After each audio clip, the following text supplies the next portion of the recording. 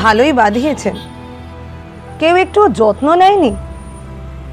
ভালোই তো ছিলেন বড় ছেলে লালের কাছে, সুস্থই ছিলেন, কেন এমন হলো? এত অস্বাস্থ্যকর পরিবেশ। ছোট ছেলে সবুজ লালের কাছ থেকে আমাকে জোর করে নিয়ে এলো, বলল আমার কাছে চলো, সুখে থাকবে, শান্তিতে থাকবে। সেই 2011 থেকে আছি। সুখে শান্তিতে থাকার এই নমুনা? সবুজ কোথায়? জেলে। এত পাপ রেহাই কি পায়? সবুজ এত উল্টো পাল্টা বোঝালো, হ্যান করবে ত্যান করবে।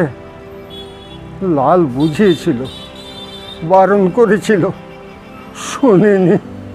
উল্টো পাল্টা বুঝে এই কবছরে তো মরতে বসেছেন। সব কি ওষুধের সারে? যত্ন লাগে। বাঁচতে চাইলে লালের কাছে যান, লালের কাছেই থাকুন। বাংলাকে সুস্থ করতে লাল ফেরা।